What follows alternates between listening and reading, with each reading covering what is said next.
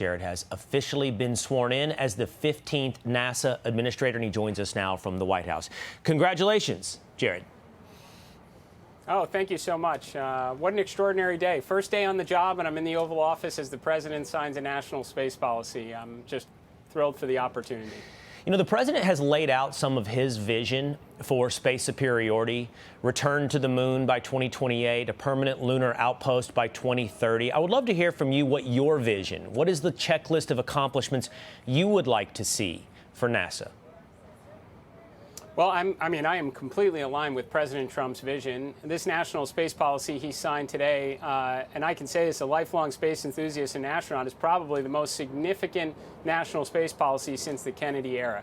So my objective is to ensure that President Trump's vision is achieved, and ideally ahead of schedule. So you talked about a return to the moon. For sure, we want to do that before 2028. In fact, we have a mission, Artemis 2, that's set to launch in the very near future. It'll be the first time we send American astronauts around the moon in more than a half century. We want to follow that up with a landing, and perhaps, you know, one of the most important parts of this new space policy is when they get there, it's not just to plant the flag and pick up some rocks, but establish the infrastructure, establish a lunar base, and all the other things like our nuclear propulsion and nuclear power investments, so we can set up missions beyond Moon and to Mars. Help me understand the significance of American presence on the moon. I recently had a conversation, Mr. Administrator, with Avi Loeb, who's a theoretical physicist from Harvard University. He's been covering, as you know, well, the 3I Atlas comet, monitoring it and its data for signs of anything that is not of natural origin. And he pointed out to me we should have much bigger goals. We should have much bigger goals than the moon. We should even have much bigger goals than Mars. We should be out there much deeper in space, really probing the universe to see if we are alone.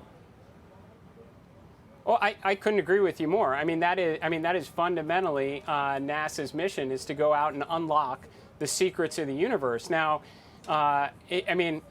there's a lot of space out there, right? And I think the president's national space policy have set the right priorities for us to go out and do those grand endeavors. So we're not just going back to the moon the way we did, you know, more than a half century ago. The president says, get there, establish the infrastructure so we can stay this time.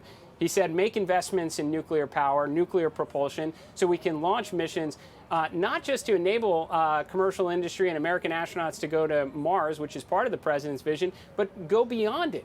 The farther we get away from our sun, the less we can rely on solar forms of power, the less we can rely on chemical propulsion, the more we're going to need nuclear propulsion, and that is a big part of the president's national space policy. And there's also a major commitment in it into science.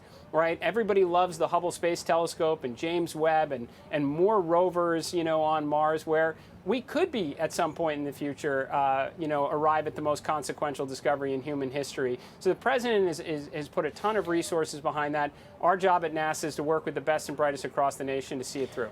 What do you make personally of 3I Atlas? I'm sure you've been monitoring it. Is it a comet or is it extraterrestrial? I personally think it's a comet. Now, I am day one on the job, and I'd love to go and spend some time with the scientists and the researchers that are studying it. But look, it's exciting, right? We don't get that many interstellar objects.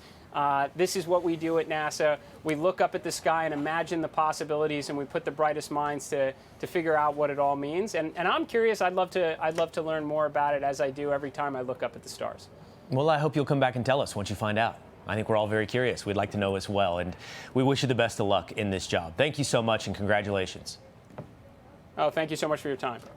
Hey, it's Will Cain. Click here to subscribe to the Fox News channel on YouTube. It's the best way to get our latest interviews and highlights. And click to subscribe to the Will Cain podcast for full episodes right now.